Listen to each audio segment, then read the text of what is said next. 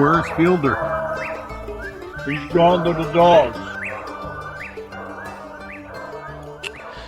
Ho, ho, ho, and welcome to the Gone to the Dogs podcast. This is your host, Steve Fielder, coming at you from the world headquarters of the Gone to the Dogs podcast in Central Florida, 2 miles from the Gulf of America.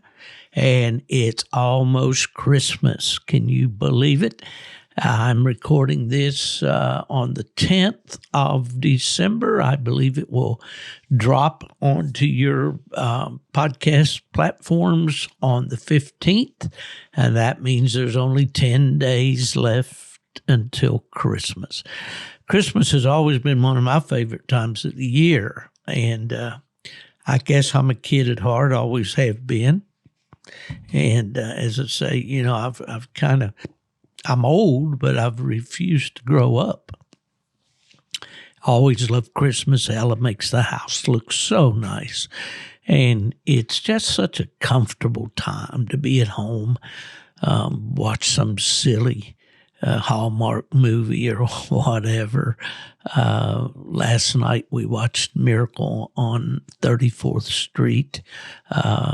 Watched A Wonderful Life with Jimmy Stewart, one of my favorite actors. What a great movie. And just all of those things that come together, the food, of course, the gifts, as I get older, become less and less important. I guess it's, you know, as we get older, we don't need anything really. And it's nice to have tokens from our family members and friends, but gifts for me are way down on the list. Of course, I like to give gifts, and my sweet wife, I'm sure, appreciates that I buy her things for Christmas, and she's always the best buyer, the best Christmas shopper in our family. But Christmas is just, you know, of course, to the believer, as we are here in the Fielder household, we celebrate the birth of our Savior. And it's cliched, but, you know, Christ is the reason for the season. Whatever the Chinese put into our water or whatever back in those COVID days has just hung with me. I have experienced some kind of voice issues ever since. It's been said that I've got the perfect face for radio, but my voice, man, it's a struggle. But at any rate, I hope you're looking forward to a great Christmas with your family and friends. And for those of you who have lost a loved one where there's going to be an empty seat at the table this year, I just pray that God's grace and love will sustain you throughout this Christmas season as you cherish the memories of those that have gone on before. My dad, who is largely responsible for me being involved in this hound world that I've been so involved with over the years, he loved Christmas, and for him, it wasn't so much the giving or anything like that. It was just the getting together with family that he loved so much. And I always think a lot about Dad at Christmas time, and my mother too. Of course, she was always busy, cooking, decorating the house, all the things like that. But anyway, I come from a loving family. Just my brother and me, and we've tried to pass that on to our children. But as you know, back in 19, I seem to be stuck in the 1900s. In 2015, I wrote a book called Gone to the Dogs, A Coon Hunter's Journey. And it's a series of essays. I think there's 200 pages, maybe 20 plus essays or chapters. And one I wrote at this time of year has been kind of one of my favorites because it lets me reminisce, think about Christmas has gone by. And also, I dedicated one of the chapters to a piece that I called Christmas Cookies.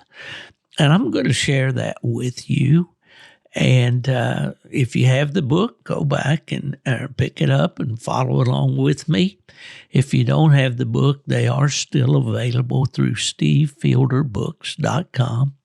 You can order a copy.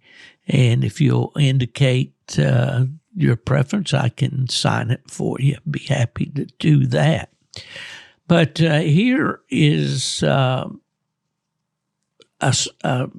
story, an account, mainly of my years in Michigan.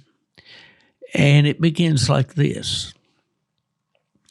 The year was 1983. President Ronald Reagan signed the bill designating the third Monday of every January to honor civil rights leader Martin Luther King Jr. Female country stars Carrie Underwood and Miranda Lambert were born that year, and comedian Junior Samples of Hee Haw fame and actor Slim Pickens each died that year. Over in nearby Battle Creek, the Kellogg Company was introducing Crispix cereal to its customers as I was introducing my family and my plot dogs to what would be our home for the next 21 years in Kalamazoo County, Michigan. The volcano Kilauea erupted on the big island of Hawaii on the very day I began work at UKC, perhaps to indicate the blast I was going to have over my years of working and hunting there. Kilauea continues to erupt to this day, and from all indications, the hunting in Michigan is still as good as it was for me those 30 years ago. Actually, it's been more than that now. It's been, to add 10 years to that, it's probably 40 years ago now.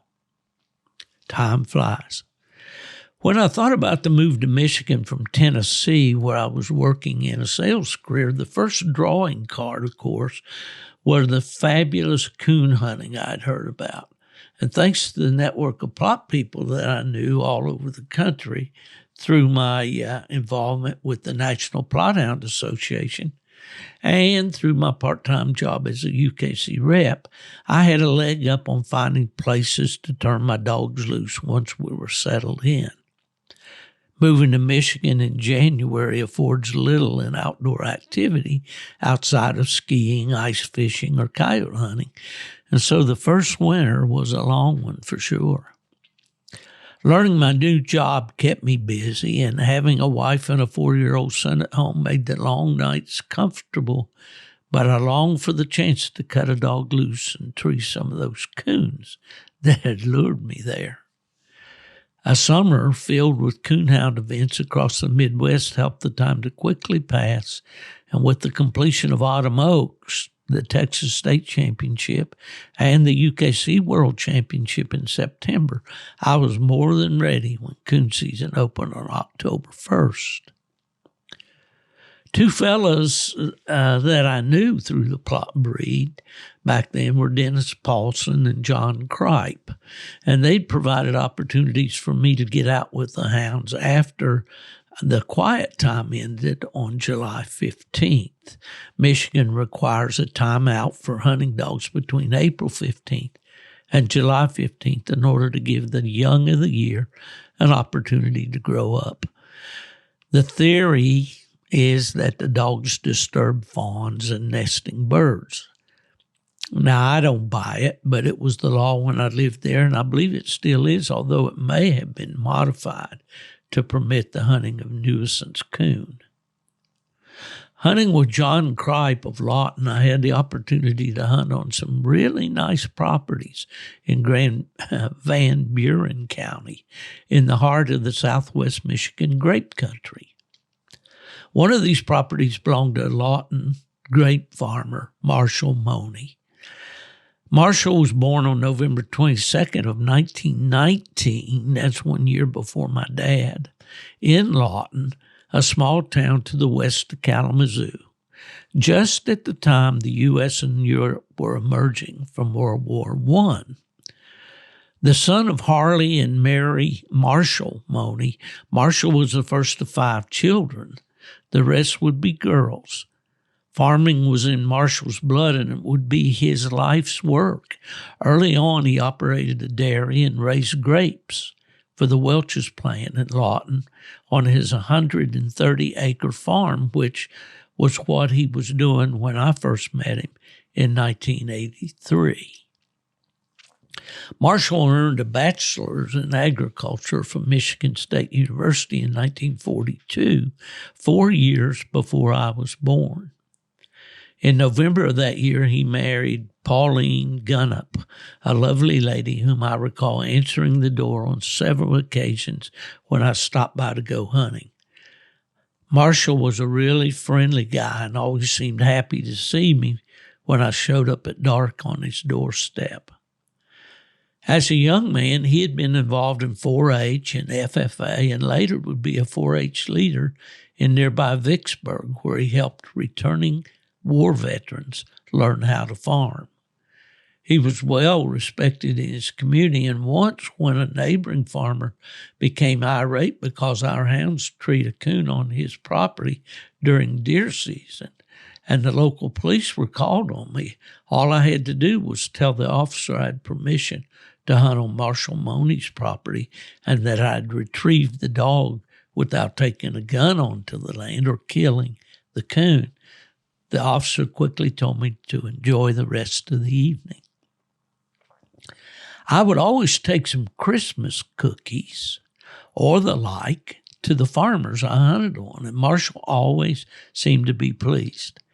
After I left Michigan in November of 2004, I didn't go back for a couple of years until Lindell Price, Monk Perry, and I went back up for a week of coon hunting. I hadn't had any contact with Marshall except to tell him before I moved to North Carolina that I was going. When I walked up to the door, I could see through the house to the living room where I always found Marshall snoozing in his recliner until I rang the doorbell. That old familiar smile, hearty handshake, and warm welcome hadn't changed a bit.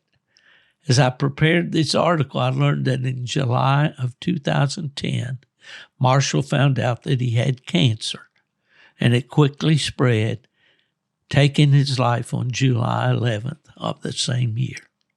He died in a Kalamazoo hospice, and like so many gracious landowners across this great land, contributed greatly to the quality experience that was coon hunting for me when I lived in Michigan. I was deeply saddened at the news of his passing. Marshall Money had no knowledge of this world we call coon hunting outside his conversations with John Kripe and me. He never owned a coon dog, and it's doubtful he ever went coon hunting, judging by the questions he often asked. Many nights when I went by to hunt, he would be working long hours into the night combining and drying corn, but he always stopped what he was doing to tell me I was welcome to hunt. He, like all the farmers I met in Michigan, wanted me to kill his nuisance coons. Marshall didn't have to be a coon hunter to make an impact on the sport. For more than 20 years, his generosity and hospitality proved some of the most enjoyable hunts, or provided, I should say, some of the most enjoyable hunts a coon hunter could ever imagine. The first Michigan coon coon that I harvested for my old Bronco dog was treed on Marshall's place on a moonlight October night in 1983 when I was just learning my way around up there.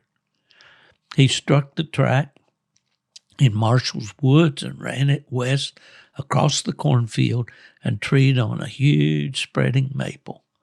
I shot the coon out to him and took a picture of it with Bronco and my son Chris the following day. Many years later, I would take Chris and his mother coon hunting on Marshall's place on Thanksgiving night, the first Thanksgiving that Chris came home from college. We treed 3 coons on that warm and windy November night, thanks to Marshall. Competition coon hunters enjoyed many good hunts at Marshall's when I guided casts there. I recall the night when hunting with Charlie Hyde and Jay Miller that we treed a coon on a power pole in the middle of Marshall's cornfield.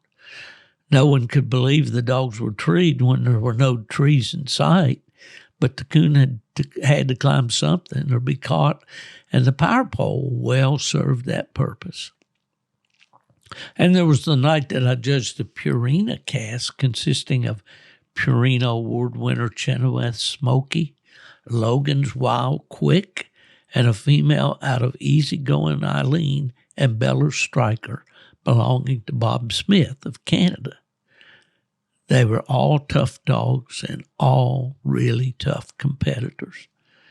The Eileen female must have winded a coon in the small woods behind Marshall's barn when we led dogs to cast them down the corn rows toward the woods, because when we cut them loose, that's where she went as the other hounds scattered across the landscape. That coon put her in the driver's seat, and she kept the lead to win the cast. And who could forget the 1-hour PKC cast I guided there when we scored on 9 coons, all on Marshall's ground. My good friends Howard Delcamp and Jim Yoder from Indiana enjoyed many good hunts on Marshall's farm over the years, and the Virginia boys, Lindell Price. And I'll pause right here. Lindell's going through a tough time right now, he and his family. And I urge you to give him your thoughts and your sincere prayers. Anyway, Lindell and Wendell Bond and Dale Breeden made annual trips up to hunt with me over the years. And I remember well the night old Roper, my plot dog, ran the coon up Wendell's breeches leg before it climbed an oak in Marshall's fence row. I could write a book on the hunts I enjoyed at Marshall's over the years, but I guess you get my point. I cultivated many lasting friendships with Michigan farmers over the years. One of them was Gary Welburn of Lawton. John Kripe introduced me to Gary when I first went to Michigan. When John moved away to Idaho, I continued to hunt at Gary's. Anyone that hunted with me in night hunts over the years knew that was a honey hole. It was a drop on the top of the hill behind Gary's hog pens. I remember Mike Shepard's old English dog, Woody, putting on a coon treeing clinic in that woods one night, and Jess Dickerson's old tipper female blowing out of Gary's woods on a late round PKC cast and treeing a coon that we scored after daylight. Or there was the time Charlie Castle, the secretary of the Southeastern Tree and Walker Association, was along, and my Pee-wee dog treed a coon on a big oak where a snowmobile accident had taken the life of a young girl the winter before. On, an endless stream of memories appear of hunts taken in Gary's woods. I recall turning my Roper and Annie, both plots, they were a father-daughter team, loose there on New Year's night in the year 2000 and filming the hunt, calling it the Hunt for the Millennium Coon. Some editing on my part omitted the number of shots I took to bring that coon down with my .22 pistol, but we got our first coon of the new millennium on film in the January snow.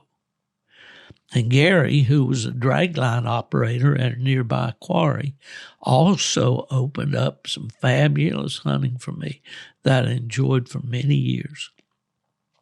Anyone that hunted with me remembers the great hunts at the gravel pit, and they were all made possible through the generosity and kindness of Gary Welburn. Jim and Frances Kasner were a retired couple from Chicago. that had bought a beautiful Centennial farm in the Lawton area that I hunted for many years. Ever the gracious host, they permitted me to enjoy their beautiful property and were always eager to wish me a good hunt. The point in all this is really much more than just an opportunity for me to reminisce about one of the very best times of my life. It's an opportunity for me to remind you to stop and take account of the places where you're invited to hunt and be thankful for the people that make those hunts possible. As I mentioned earlier, I made a point to get a card and to gift wrap a box of cookies, a fruit cake, or some type of Christmas goodies, and to go around to the farms a few nights before Christmas and simply say thanks. I can promise you the warm smiles and the invitations to come back to hunt were well worth the effort, but that was just the tip of the iceberg. As I think back on these folks now, many of them who've gone on to a better place, including Gary Welburn's lovely wife, Veronica, I realize how truly blessed I've been to have known each of these people. Sure, they provided a lot of fun and recreation, but they impacted my life through their friendship. None of these folks, including Gordon Brown and June Bent and a host of other Michigan farmers that permitted me to hunt their farms, were coon hunters, but they impacted the sport in ways they could have never imagined. They were my friends, and a simple thing like Christmas cookies helped me in a small but personal way to say thanks. At this wonderful time of the year, folks, let some simple things like Christmas cookies help you show your appreciation to the people that make it possible for you to enjoy your sports so much. Speaking of the upcoming Christmas holiday, it'd be a great time to mention W Hunting Supply. They've got just an amazing website with all kinds of things that would make great Christmas gifts for those hunters on your list, or girls, if you're listening to this podcast, ladies, I should say. Man, this would be a great time to pick something nice for your husband. They have a great line of apparel for hunters, anything from T-shirts, short sleeve, long sleeve, hoodies. They have a great lineup of hats. You can kind of build your own design, build your own shirt with the designs that they have and all. But one of the things that I haven't talked to you much on this podcast about that has come up fairly recently with W Hunting Supply is their sweepstakes that they have. This thing's pretty cool, really, and you can find it on the dusupply.com website. Now, the way this works, as I understand it, every dollar that you spend on apparel receives 3 times that many entries to the sweepstakes. So $1 would equal 3 entries. There's multiple winners when they have these drawings. There's a total of 10 winners. 10 prizes will be awarded in the form of W Supply account credit with an approximate retail value of overall of $3,000.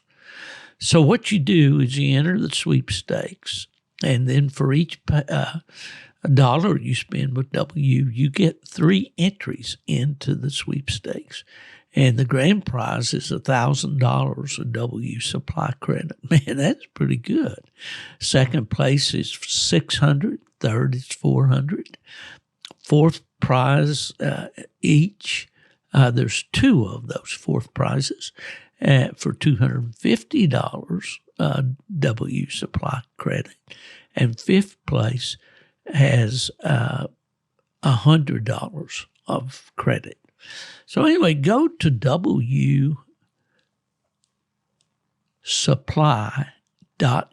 Now that's DUSupply.com. And check it out, man. And if you're looking for something for Christmas, you got 10 days to go from the time you're hearing this podcast. So get online, check them out, and man, it's a one-stop shop for hunters, I guarantee you.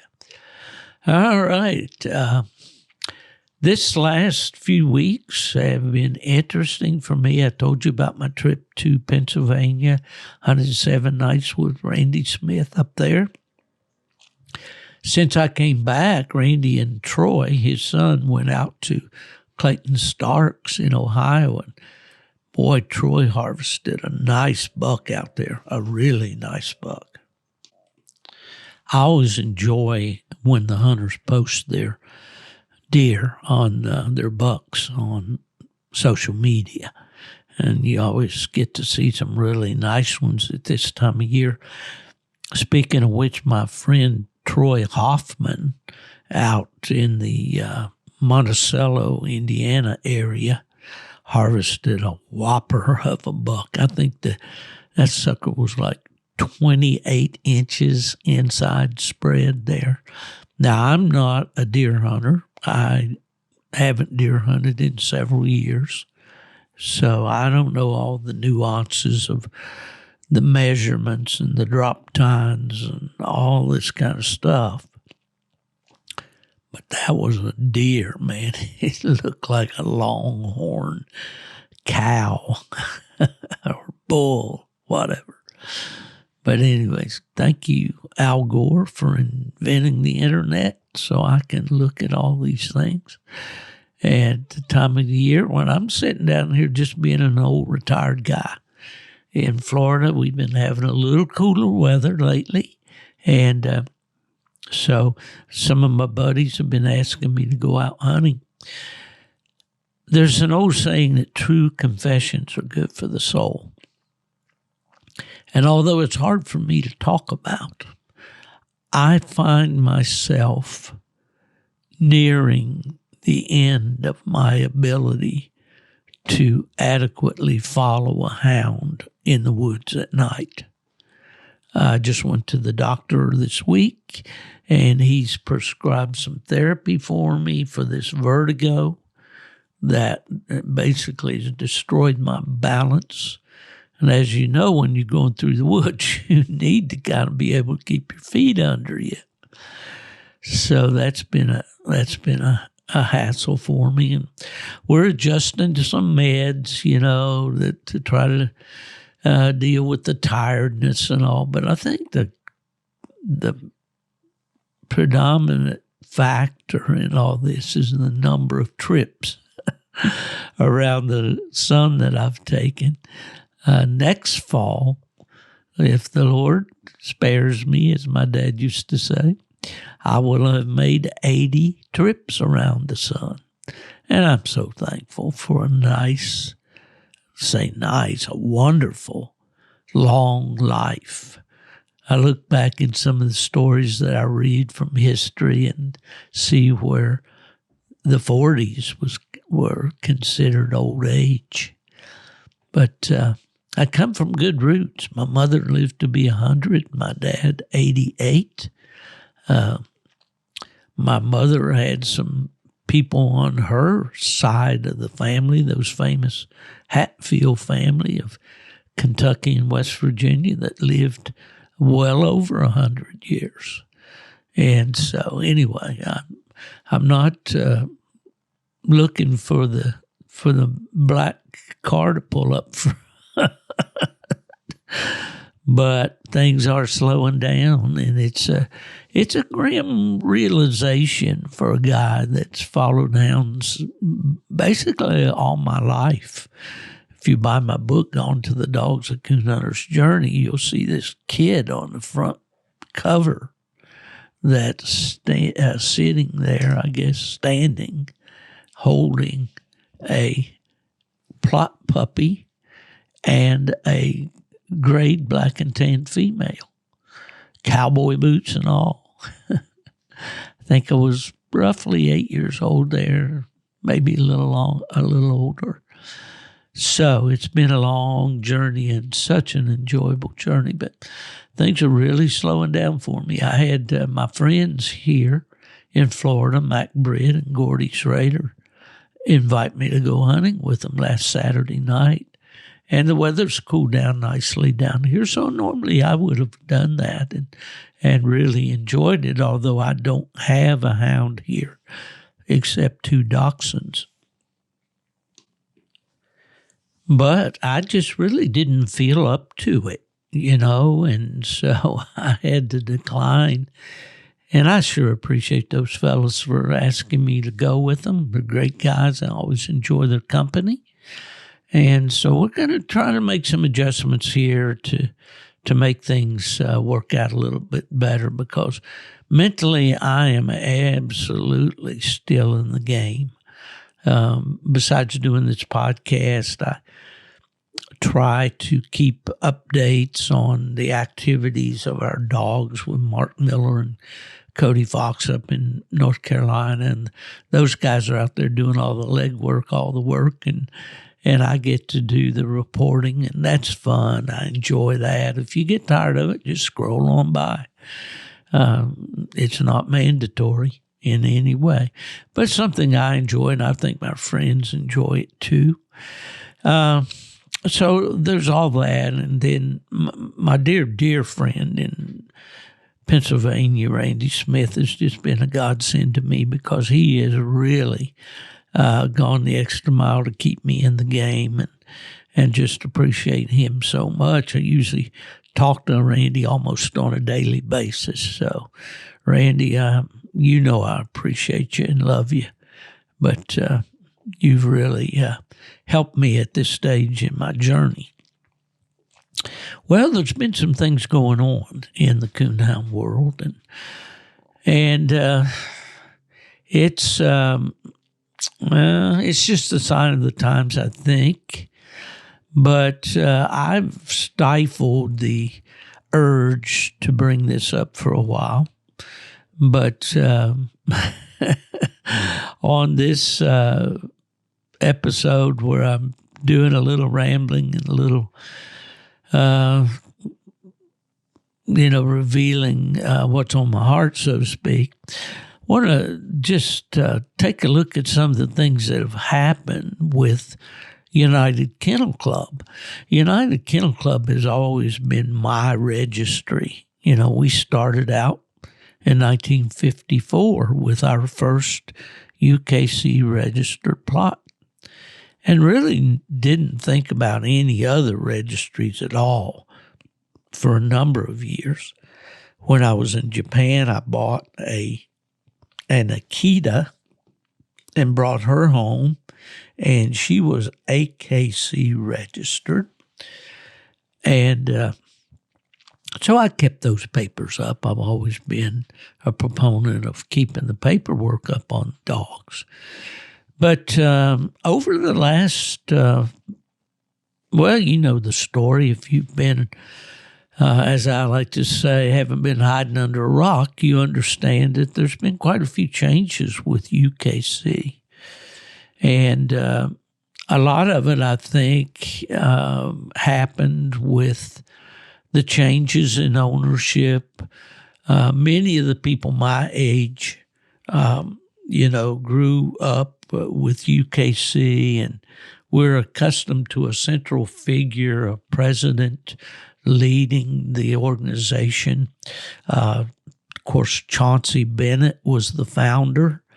Back in 1898, UKC was founded, and they originally had an address in Chicago because Chauncey felt like the people wouldn't want to deal with a registry that was headquartered in Kalamazoo, Michigan. Who ever heard of that? Except that World War II famous hit, "I Got a Gal in Kalamazoo."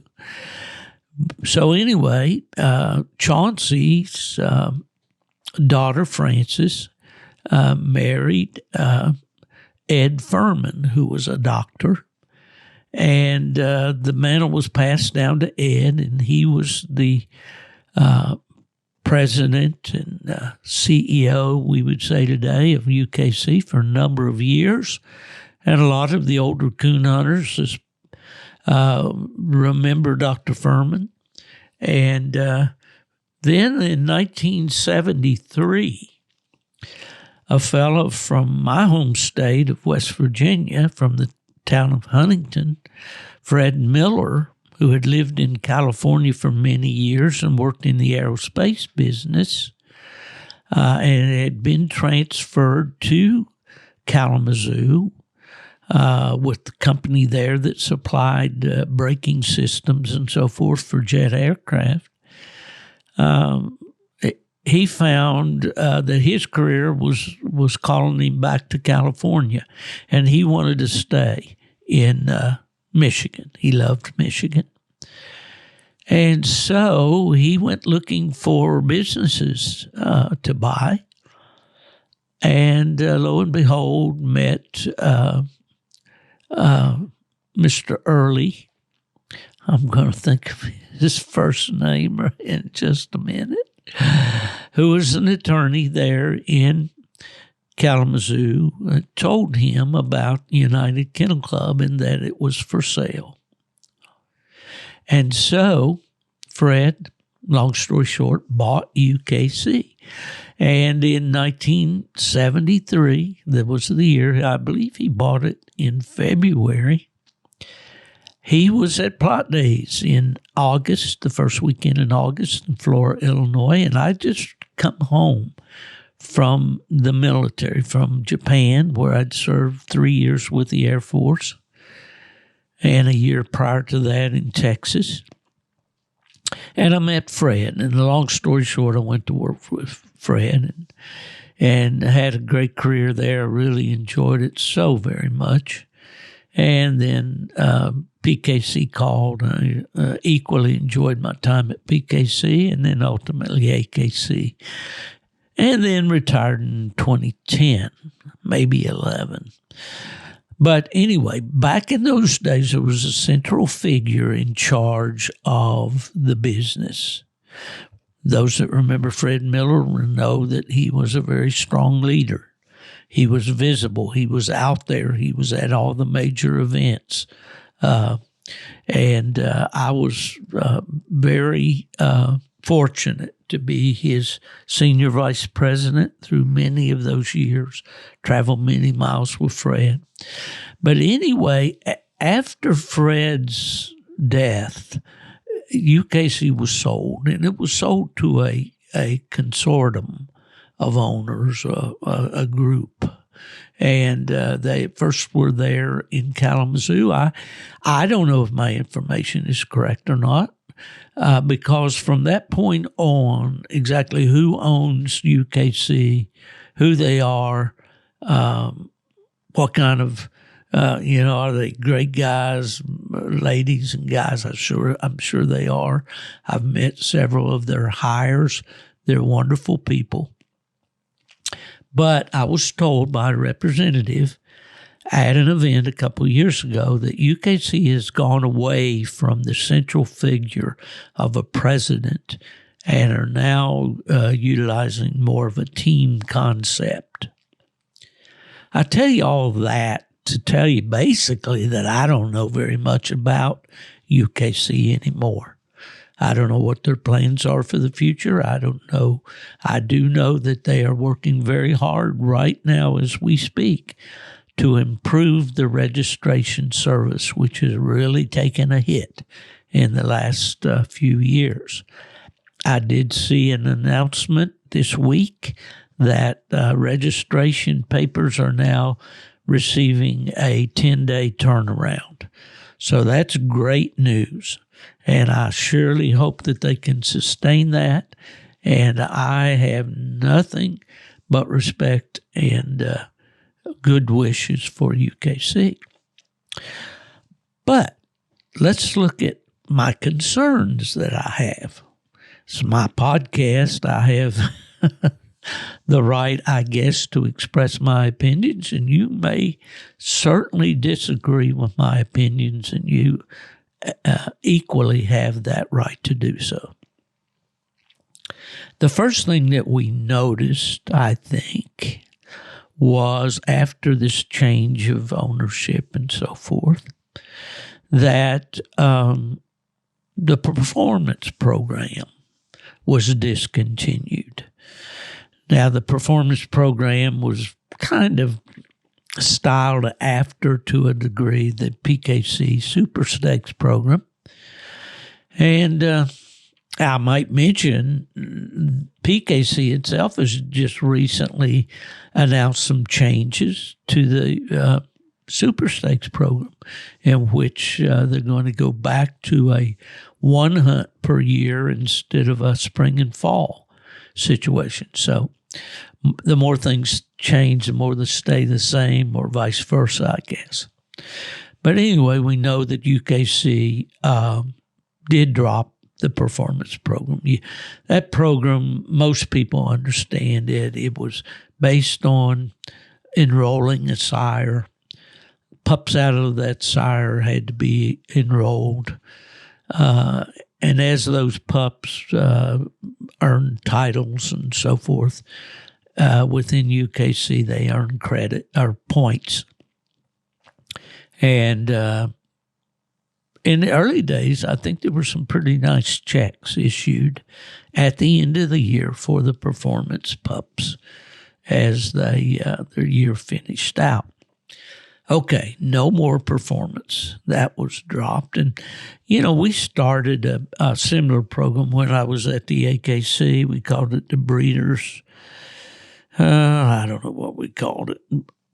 It was a breeders program similar to that. And I know when I left there, they dropped that program as well. So when these programs go away like that, they always leave casualties, because people have invested money in enrolling their puppies and their sires and so forth.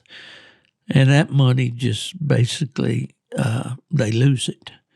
And that's unfortunate. And hopefully, in some ways, the registries have found ways to compensate. I don't know whether they have or not. I'm sure my listeners know more about that than I do. The second thing that we see with UKC is that they have dropped the Coon Hound Bloodlines magazine. This current issue is the final issue of Coon Hound Bloodlines. Now, I remember that magazine very, very well, because when I went to work at UKC, it was a fledgling publication. Not very many subscribers, grossly behind American Cooner and Full Cry in circulation.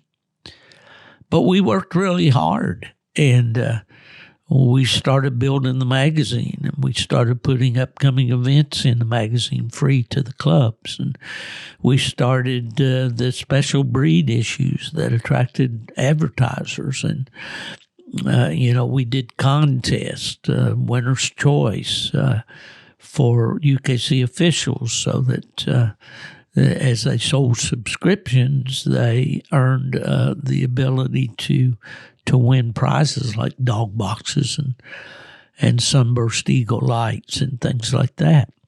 So there was a lot of work that went into building Coon Hound Bloodlines magazine.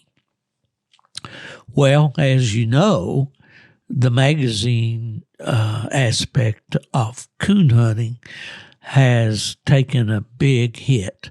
We saw American Cooner and Full Cry go away. We saw PKC dropping Pro Hound and then bringing it back. Then as Full Cry went away, the Doobies, Danny and Jason from Oregon, picked it up and produced some really nice issues. Cut it back from a monthly magazine to a bi-monthly, only to recently announce that they were putting it on hold. And then I see an announcement more recently that Ben Sheets is picking it up and is going to go forward with Full Cry. So Full Cry is still gasping and hopefully will grow stronger under Ben's leadership. The Doobies are fantastic people and did a super job with their magazine. But anyway, UKC announced that they were dropping Coonhound Bloodlines. Now, I tried to separate the fact that I worked very hard over the years on Coonhound Bloodlines, along with the staff in the magazine department, to create what once was a very small magazine into one that, we had at sometimes almost 300 pages. And so, there's that twinge when I see that magazine going away.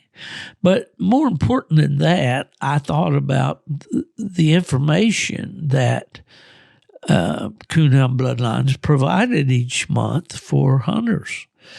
Not only the upcoming events listing that showed you where the events were and what time and so forth. And of course, a lot of these things then began to show up online, and more and more people began to go online to the websites and so forth.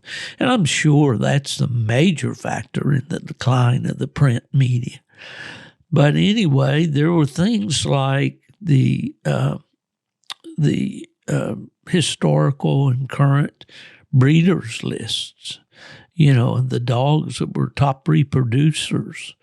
The hunters certainly look forward to that information. The dogs that had earned titles, and that information was in the magazine each month. And so I don't know exactly how UKC is going to address that, how much of that information they're going to make a concentrated effort to put online in a simple format that people can access, understand, and essentially get the same benefit that they did with the print media, only in digital media. So I'm sure they'll work it out. They're smart guys and gals up there. I know, as I mentioned, they've got a couple new hires that are working very hard on the registration deal. So anyway, so there we have the performance program. Then we have the magazine. And then just recently, they've announced that the message forum on the ukcdogs.com website is being discontinued. Now, it shows you my age, and I know I'm a relic, and those message forums really have become outdated with the advent or the is that the word I want to use? I don't know. But anyway, when social media came along, it replaced a lot of that. Social media is quicker, although you don't have a directory as you did with the message forums. Those message forums are kind of near and dear to my heart, too, because I started that message forum at UKC when I was there. The website was a new thing while I was there. Went to PKC, did likewise, developed a website and a message forum. Did the same thing at AKC. But the UKC forum really was used a lot by coon hunters over the years, although in recent times not so much. But all you had to do was click onto that thing and look at the top at the number of users that were currently online, and you could see just how many people were checking that thing daily, So that's another piece of the UKC puzzle that has been lost.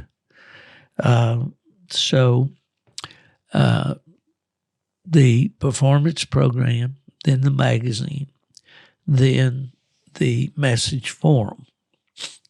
Now, here's where the ball gets lost in the high weeds. I sit around a lot at my age, and I think back over, people used to ask me about rules.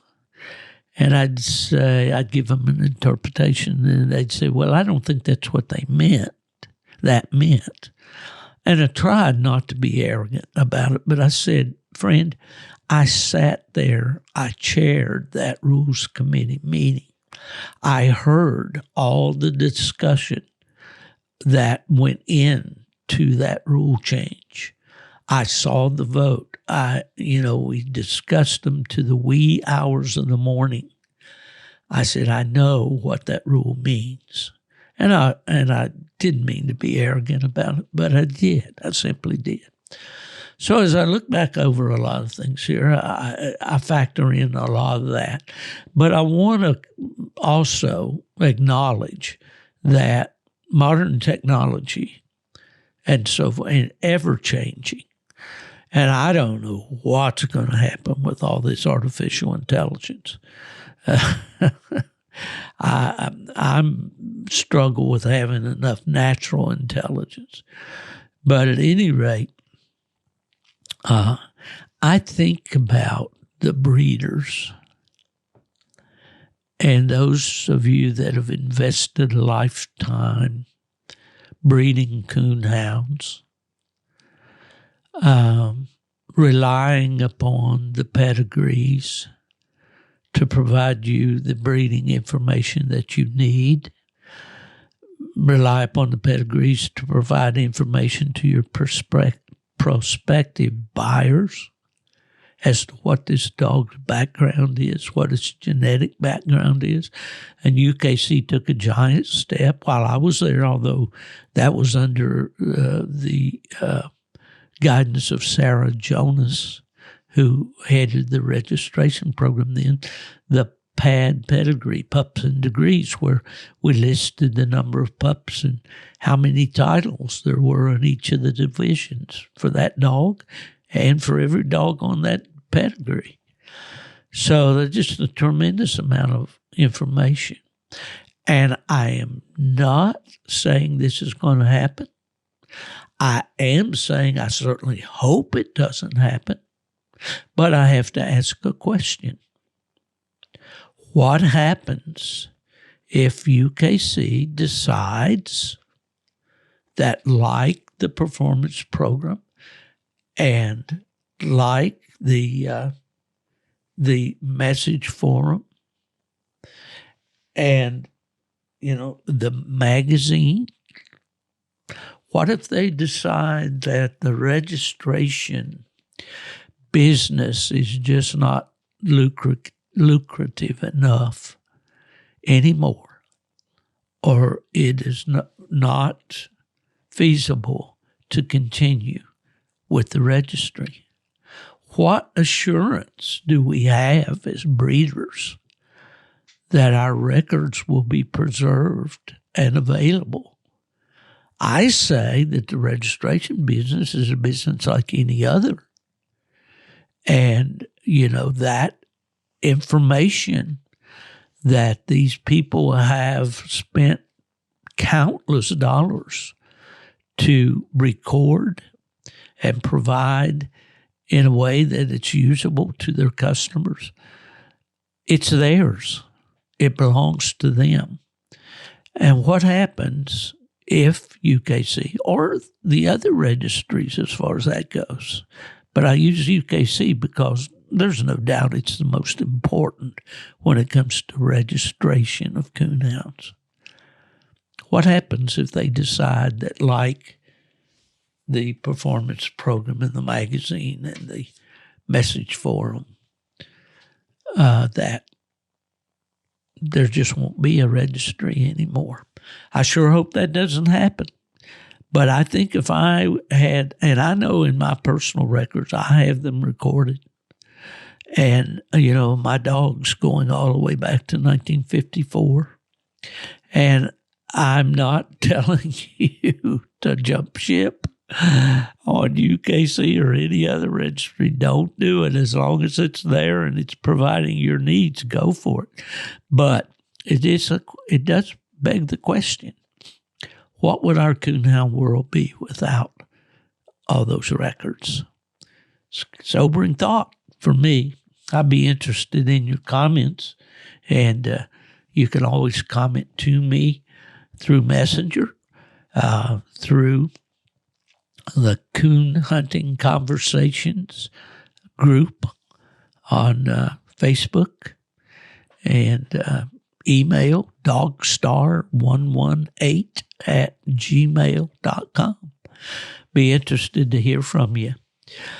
Okay. Please don't go out there and say Fielder said that the UKC is going to close the registry.